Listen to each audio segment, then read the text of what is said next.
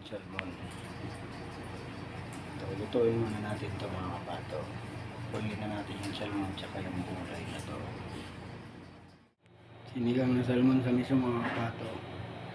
Ito mga kapato yung salmon, mamaya ko na ilagay mga kapato. Ooh.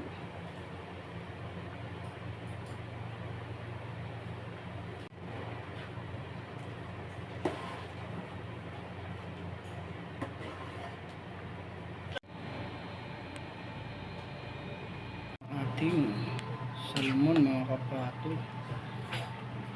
Salmon ito na, kain na po tayo mga kapato. Salmon pato, may saging tayo tsaka litso plant, tapos simple ito mga kapato. Kain na tayo, maalis mga kapato sa usawan, no?